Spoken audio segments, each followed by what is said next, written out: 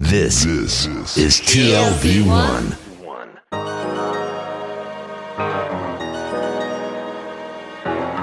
The Tel Aviv Review.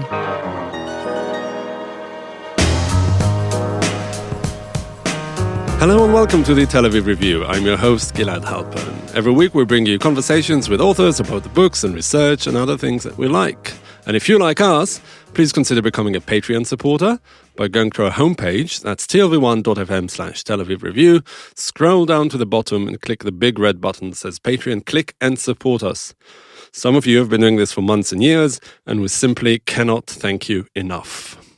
This is the latest episode in the series co-sponsored by the Sadie and Ludwig Kahn Chair in Jewish History at UCLA, and I am delighted to be joined again by Professor David N. Myers, who holds the Kahn Chair. Professor Myers is Distinguished Professor of Jewish History, as well as the Director of the UCLA Luskin Center for History and Policy. Hi, David. It's good to have you back. Hey, Gilad. Great to be back with you. Our guest today is Assistant Professor of Middle Eastern and Jewish Studies at Emory University. His first book, Our Palestine Question, Israel and American Jewish Descent, 1948 to 1978, has just been published by Yale University Press. Dr. Jeffrey Levin, hello and welcome back to the Tel Aviv Review. Thank you so much for having me. So your book focuses on the first and second generations of Jewish American critics of Israel and Zionism in the first few decades after the establishment of the Jewish state. This runs contrary to the conventional wisdom that 1967 was the turning point that drove many Jews who were horrified by the occupation of the Palestinian territories away from Israel. How would you characterize these first generations, and in what ways are they different from later Jewish American anti-Israel positions? Yeah, fascinating question. So this isn't a huge group of people that we're looking at. In fact, for my first 5 chapters, I'm able to focus really on one or two groups, one or two individuals often. People like Don Peretz, who I focus on as an American Jew who spent time over there. I'll go more into his story later.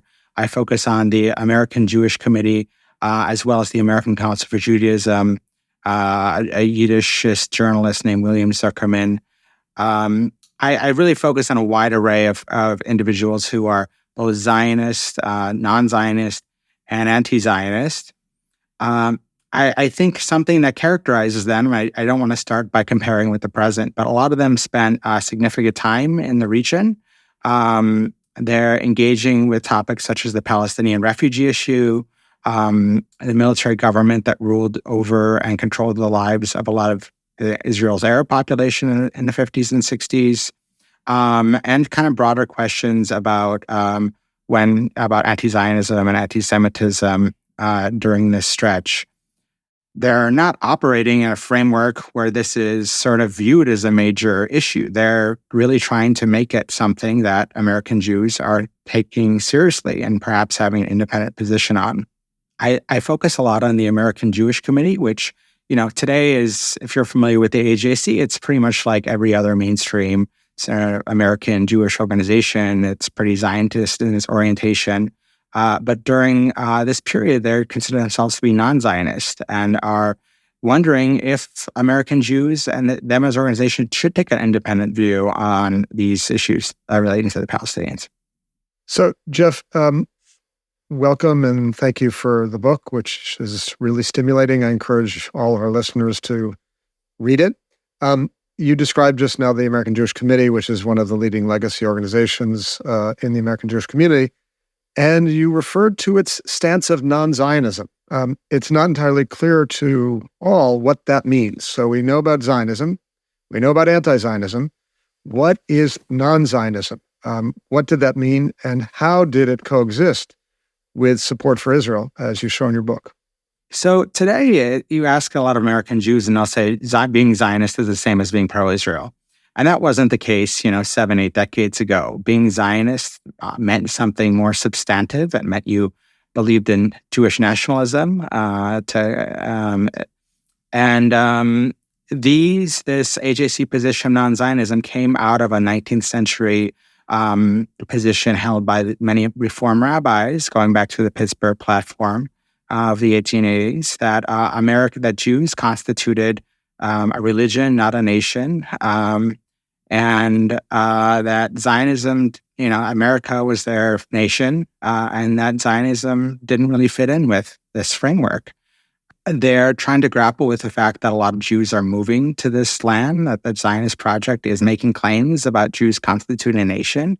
And they're inclined to push back against that. And a lot of American Jews involved in AJC, even this president in the mid-1940s, Joseph Proskauer, considers himself anti-Zionist, not because of a care for the Palestinians, but because Zionism didn't fit, with how they understood Jews, which was part of their broader platform of saying, Jews are Americans just like anyone else. The only difference is their religion. And so it really doesn't fit with their framework that they're pushing for liberal America. So they are supportive of Israel after 48 in many ways, even though they were hesitant to sign on to Zionism. But they really don't consider themselves to be Zionists. So they're consider themselves pro-Israel, but non-Zionist, which we don't say today. And in this position only left after 67. And that position between non-Zionism and support for Israel was the space in which leaders of the AJC and others associated with, like Don Peretz, in a sense, discovered the Palestinian question. Why was that? Do you think it's precisely because of their stance as non-Zionists that they were drawn to the Palestinian question? Or how did it occur that they understood that a central question that they must face as American Jewish leaders was the fate of Palestinians, those who left or were expelled, those who remained within the state of Israel? Well, sort of some of the main characters like Peretz and William Zuckerman, which we can go into, are interested in from 48 in a really serious way. And Peretz gets hired by the American Jewish Committee, which is very important. But this isn't an issue that the AJC is taking up immediately in 48 when the refugee issue starts. That start taking up in the mid-50s, where most of this book, a lot of this book focuses on when they find that Arab diplomats in the U.S. and Christian groups, including some that I show are secretly supported by the CIA, are bringing it up. And so there's a question about consistency when this is something that's increasingly discussed by others in America, when they're talking about liberalism, when they're talking about framing themselves as a human rights organization, especially after I mentioned Kafr Qasim and some of the massacre that occurs in 56 of Israel's Arab. It's a whole kind of long story, but basically they're called for consistency in the mid-50s in a way they weren't, and they get involved for those reasons. But would you say that that there are two types of anti-Zionism or non-Zionism to look at? One is really the one that comes from a very internal Jewish conviction. What you just said about the the mainstream reform at the time, and those who were motivated mainly by pro-Palestinian sentiments. Are there two distinctive currents within that group, or one emanates from the other? Oh, definitely. So support for the Palestinians, doesn't totally align with non-Zionism or anti-Zionism or even Zionism. These are different circles. So if we want to talk about anti-Zionism, even more critical is this American Council for Judaism, an anti-Zionist group I focus on, which is entirely rejecting Zionism because of the nationalist components and claims over Jews. And that has nothing to do with the Palestinians. They're not interested initially. In the 50s, some of them, one of their executive director, builds relationships with Arabs, with a Palestinian Faisal, and begins to get very interested in these causes, becomes a pro-Palestinian advocate, but is ultimately pushed out of the group by those who don't want to associate the organization with the claims of with Arab and Palestinian causes. So can you tell us a little bit about some of the central characters in your story? Don Peretz, whom I encountered when writing a book on Shimon Rabidovich, and whom you've given new wide-ranging attention to, a Jewish American activist and academic. Faiz Saig, fascinating Arab American academic, diplomat. And then, of course, we might add to that pairing Rabbi Elmer Berger, the executive director of the American Council for Judaism. Can you sort of flesh out who these characters were and why they're significant to your story and really to the larger story of the Israel-Palestine conflict? Sure. I'll start with Peretz because he's probably the American Jew most involved with Palestinian rights of his generation from a certain perspective. His father was born in Ottoman Palestine to a Sephardic Jewish family. His father, Zionist, has to flee during World War One. He's working for Aronson, and he marries an American Ashkenazi woman, and Don Peretz is born in 1922. He gets very taken, young Don, with pacifism. And serves as a non-combatant in World War II and uses a GI Bill to study at Hebrew University because he's attracted by Magnus and Buber and these ideas of binationalism. He gets very taken by Zionism, but then during the war gets very alienated by anti-Arab sentiments. So ends up volunteering to help Palestinians displaced in 1948 and then becomes the first person anywhere at a dissertation on the Palestinian refugee issue. It's hired by the AJC, and the whole chapter talks about how he's nudged out of it. So he's one. I also am focusing on figures such as Fayez Sayegh. I felt very fortunate to have a Palestinian voice who is studying in the U.S. In 1948 and is not allowed to return to his hometown of Tiberias. And I show in the book becomes the most prominent Arab pro-spokesman in the mid-1950s, and is actually meeting with the AJC and having discussions on when is anti-Zionism, anti-Semitism, when are they not? He's befriending Elmer Berger, and he's really shaping a lot of the trajectory of these debates in the 1950s and beyond.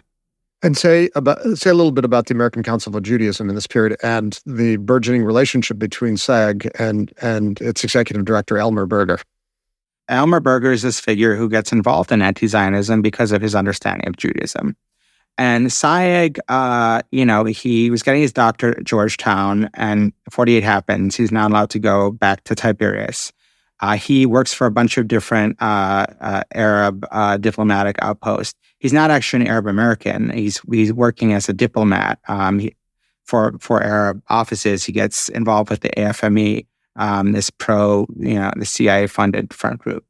And they really influence each other, Berger and him. Berger begins understanding that the Palestinians' rights, this is a main reason to oppose Zionism. And Sayegh begins understanding differences, I think, more deeply between anti-Zionism and anti-Semitism. How influential would you say these people were in the broader Jewish American landscape at the time? I mean, they are fascinating characters, and obviously they did a lot. But what was really the broader resonance? Well, there's limits to these things. So the person in my second chapter, William Zuckerman, is a journalist who had been pretty active for decades in the Yiddish sphere. And in 1948 to 1960 run is running this journal, which has decent circulation. He's writing about the Palestinian refugee issue from a really critical point, talking about return, talking very critical of Israel's policies toward the Arab world. And, he's getting out there. And it's initially getting run out to Hillels and other groups until there's pushback from Israeli diplomats. But overall, these people, these American Jews, are not that, don't resonate, don't get broadly influential within the American sphere. And I think that's also very telling. This is a story of failures. This is a story of success. These are people who are forgotten. They've been forgotten for a reason. They've been pushed out for a reason. I think that's what tells you a lot about American Jewish politics, not their successes, but the way they were sort of nudged out. Right. I mean, the book is really,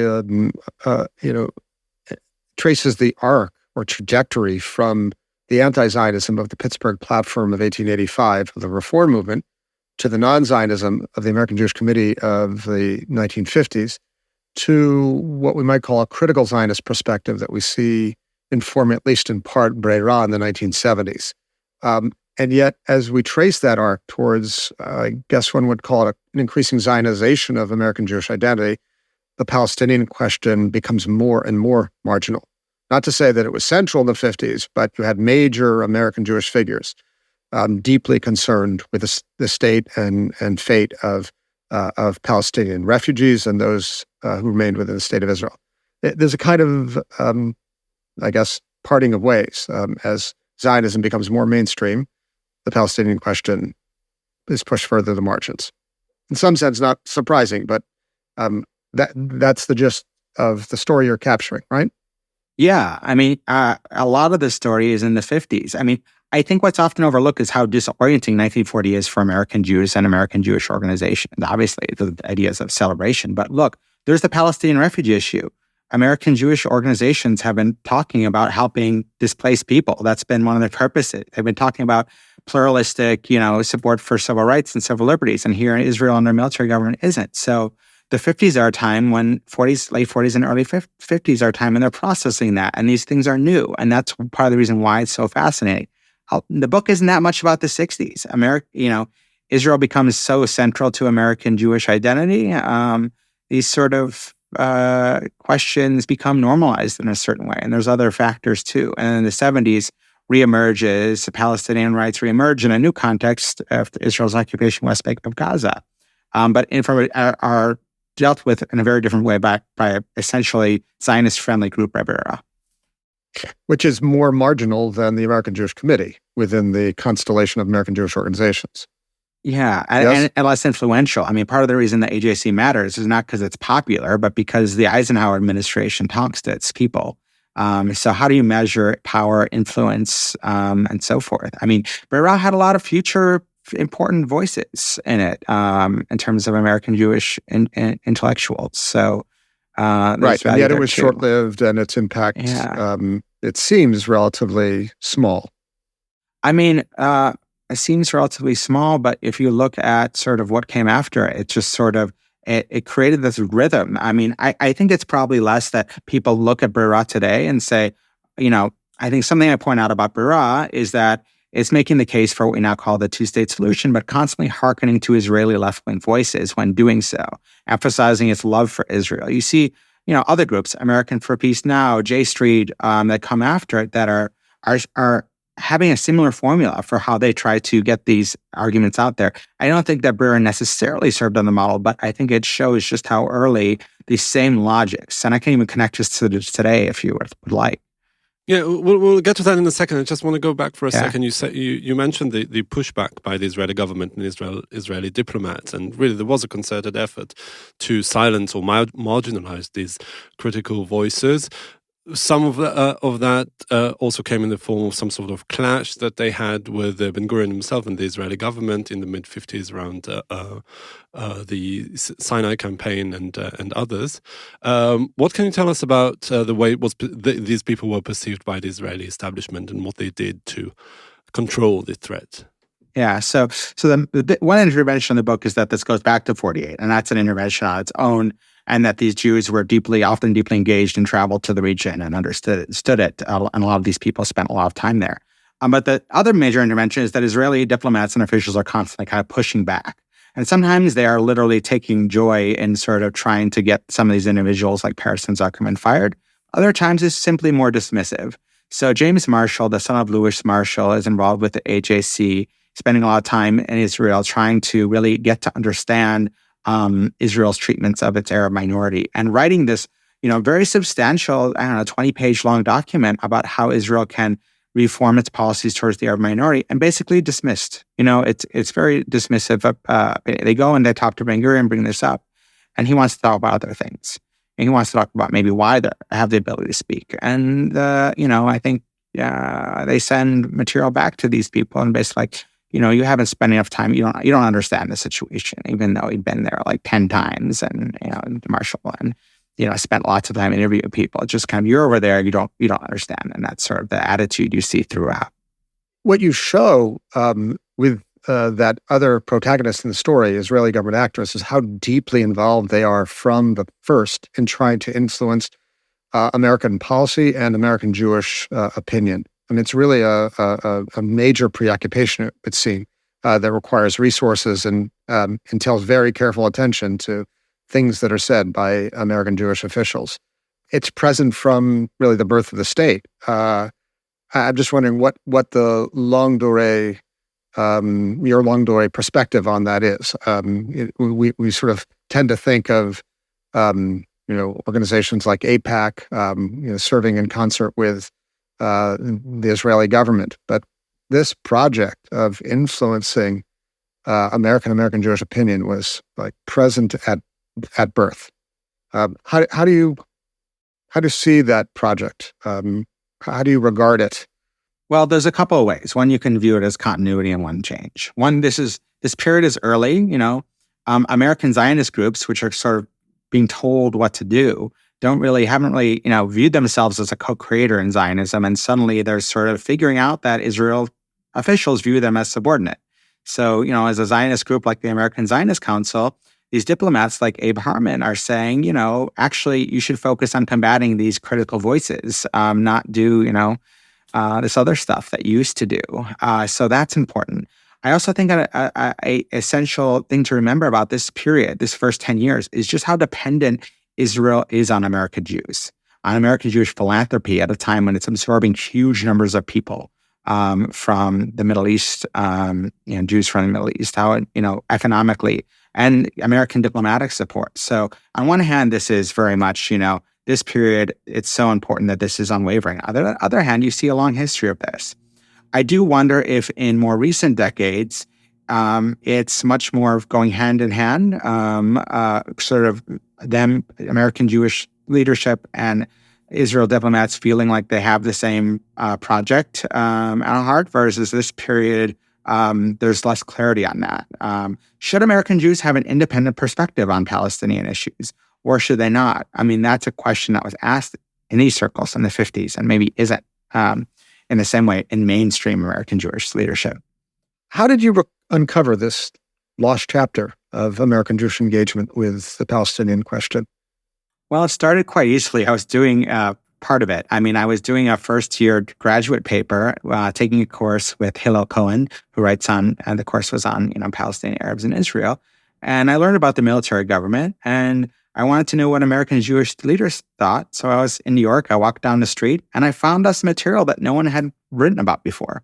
So the early chapters, what you interviewed with me for, 8 years ago, Gilad, that was easy. But then I just dug deeper. I found in Israeli government files this name Don Peretz. I went to his widow's house and ended up finding these papers and all these letters from the 40s and went through this in the floor of a retirement home. So honestly, a lot of it was just digging really deeply. And, no one thought that Don Peretz was worth writing. No one had heard of him, like barely. I mean, I know you've heard of him, Dave, but he's not.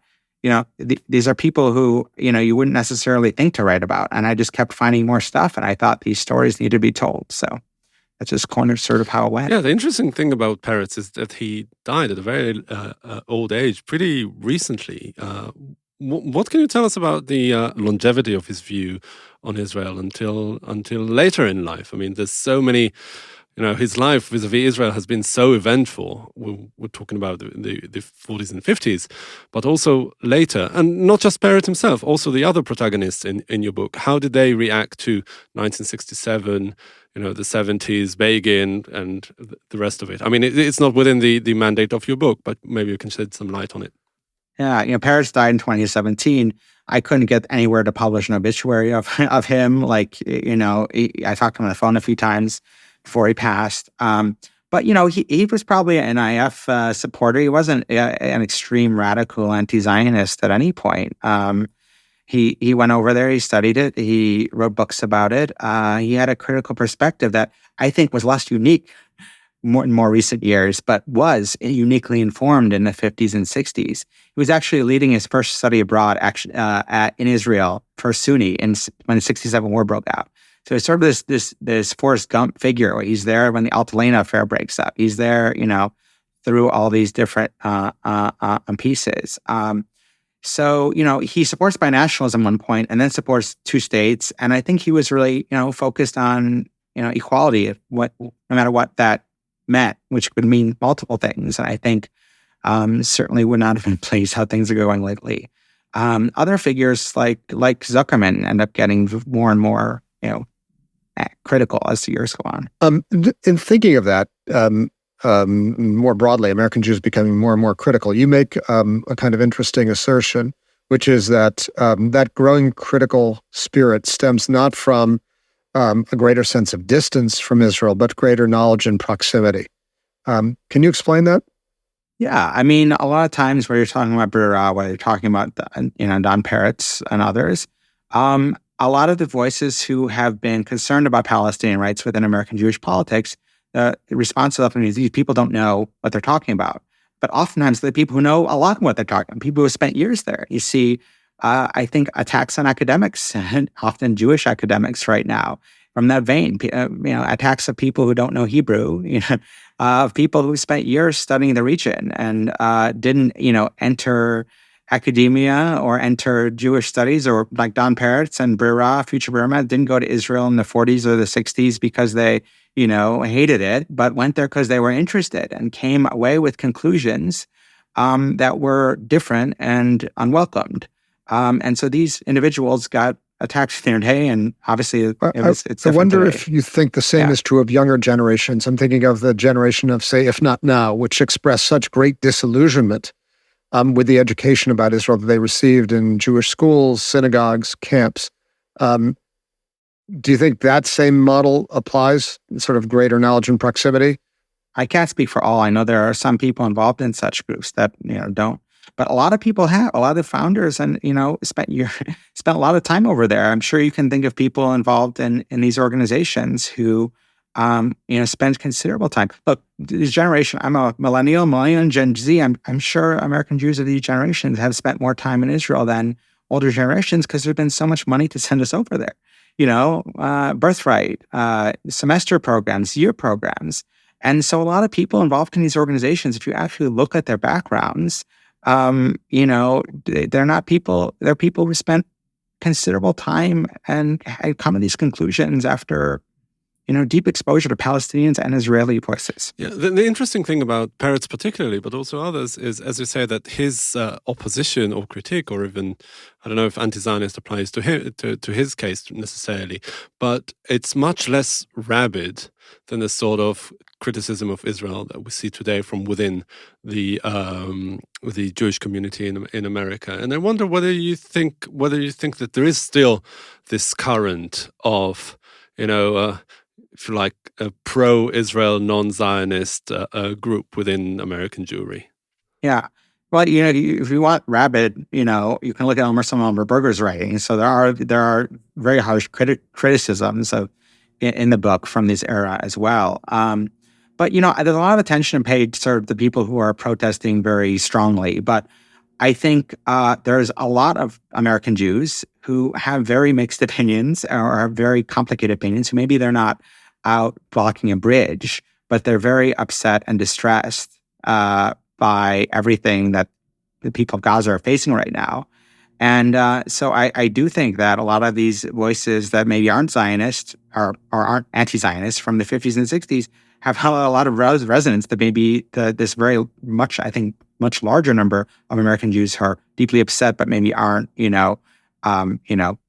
really out there in, these sort of. Can you flesh that out a little? What at the end of the day do you think the value of recovering this strain of critical thinking might be for the conversation today about Israel-Palestine?